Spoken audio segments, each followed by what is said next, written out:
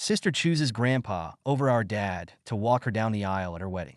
After years of neglect from both our parents, I am 35 years old with two siblings, my sister, who is 29, and my brother, who is 23.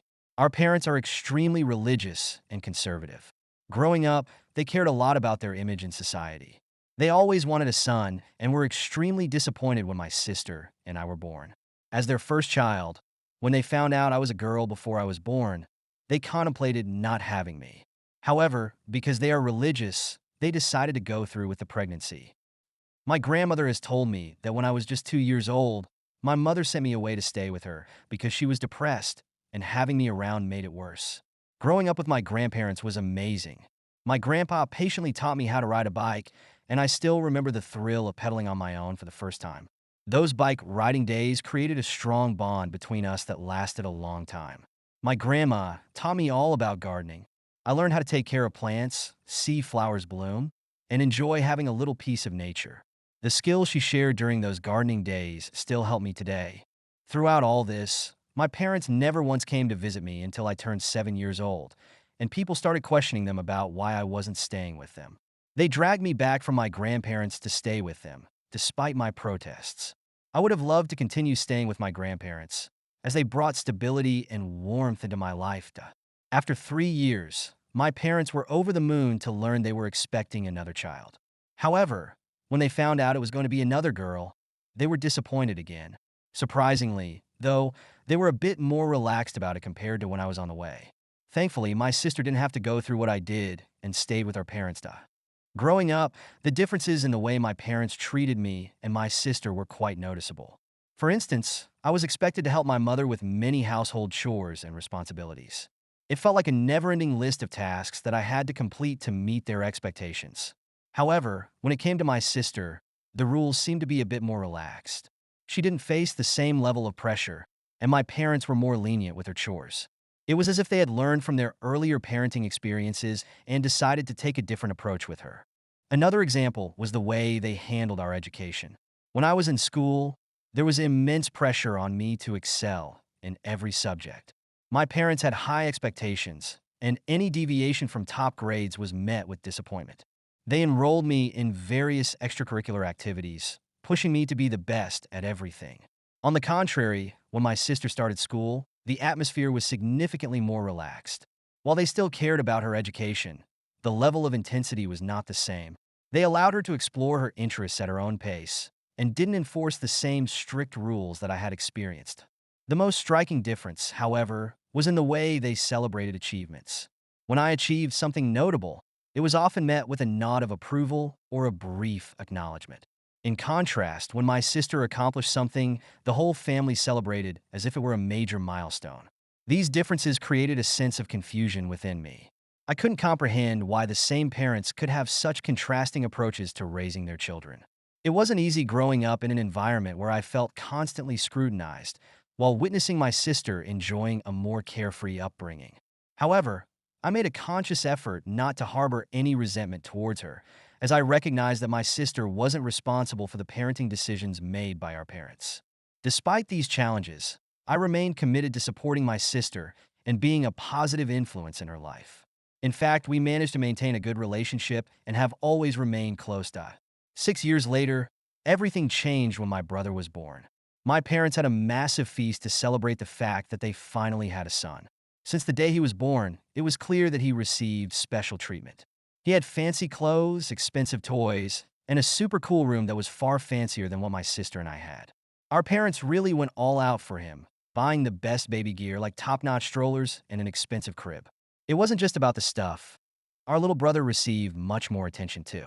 Our parents took tons of pictures and videos of him hitting all his baby milestones, but when it came to me and my sister, there was never this much fuss. Even in everyday things, our parents were more involved with him. They never missed a doctor's appointment or a play date, always there for him.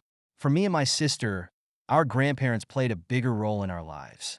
After my brother was born, this unequal treatment didn't stop with his babyhood. It continued as he grew up, shaping the way our family worked and causing some challenges along the way.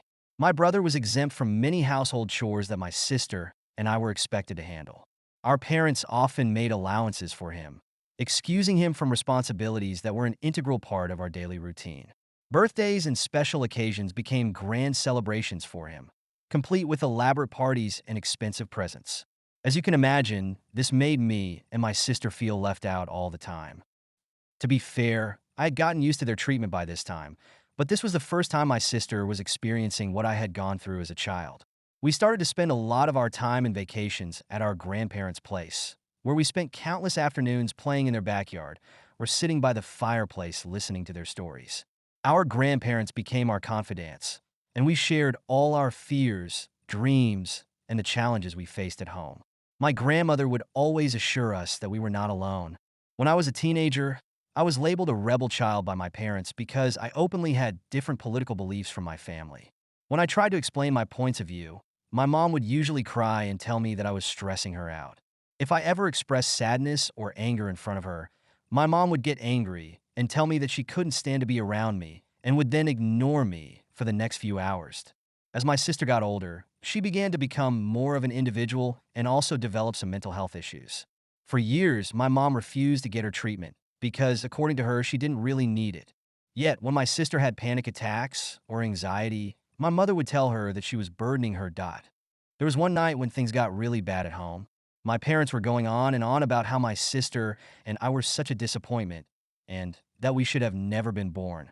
It felt like we were drowning in their harsh words, and we couldn't take it anymore. Feeling lost and hurt, my sister and I decided to leave home. We packed our bags and headed straight to our grandparents' house. Our parents found out we were at our grandparents' and showed up demanding that we come back home.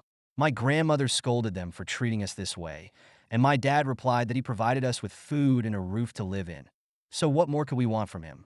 Hearing this, our grandpa, who was usually very calm and composed, got really angry and raised his voice for the first time.